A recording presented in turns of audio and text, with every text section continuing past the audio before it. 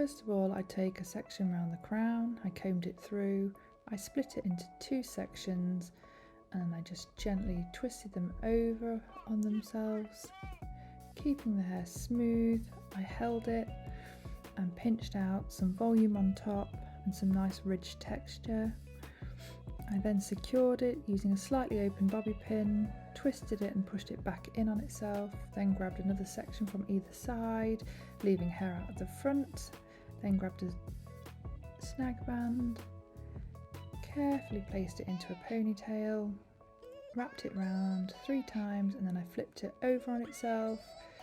I pulled the band up just to sort of close the gap, pinched some volume out. I repeated again using a section from each side, took a snag band, wrapped it around 3 times, flipped it over on itself, pulled it up and then pinched out some volume. I next took the side pieces and twisted them just for some extra detail and texture. I pulled out the twists and I secured the section with a bobby pin and pushed it back in on itself, held it and then pinched out more volume. I repeated the same on the other side, wrapped it over, and then with the bottom section I created a fishtail, so I split it into 2. I took a piece from the side, wrapped it over to the other section, took a piece from the other side over the top and held it into the other section, and then I repeated this all the way down, so just a piece from the side onto the other section, onto the other side, grabbed a piece, and then I repeated this all the way down, just creating like a really chunky fishtail braid. The reason I'm doing this is not so it looks like a braid, just to cheat really and give me more detail and texture quicker than curling it all. So I'm repeating this right the way to the end.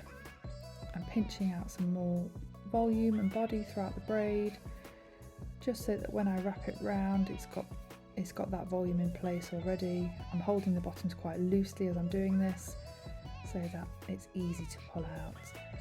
And repeat the same all the way to the bottom, and then I snag banded at the bottom. Now I'm taking a piece of padding, I'm going to use a closed grip, grabbing a section, pushing it in on itself horizontally, repeating the same the other side, grabbing a piece of the padding and pushing it back in on itself horizontally, and then wrapping the braid over the padding, covering it all, securing it on either side with a bobby pin, making sure that the structure is balanced and every piece of the padding is covered. When I'm comfortable and I make sure there's nothing dropping, I just secure an extra one underneath, and then I take the sides, twist them round and just slightly pull them out, just so that that flowing sort of romantic texture carries on throughout, and then place a bobby pin through there just to hold it a little bit more, and then pinching, pulling, making sure I'm happy with all the texture, making sure those sides look nice, repeating the same on the other side. There was a bit that had dropped a little bit, so I'm just going to go in with a closed bobby pin into the padding. Sometimes you need a few more grips just to hold it up. This time I'm twisting the other side, spreading it out slightly, and then with a closed bobby pin I'm going to go behind a section and then loop around that side section, just so I'm able to pull it out again and so that the pin is properly hidden. I'm then going in with some beautiful flowers pins by Love to Sparkle.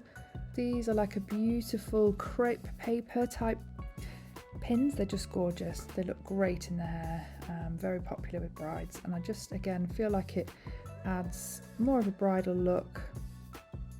And there we have a really textured low hairstyle for brides or bridesmaids. If you like this video, please like, comment and subscribe. Thank you.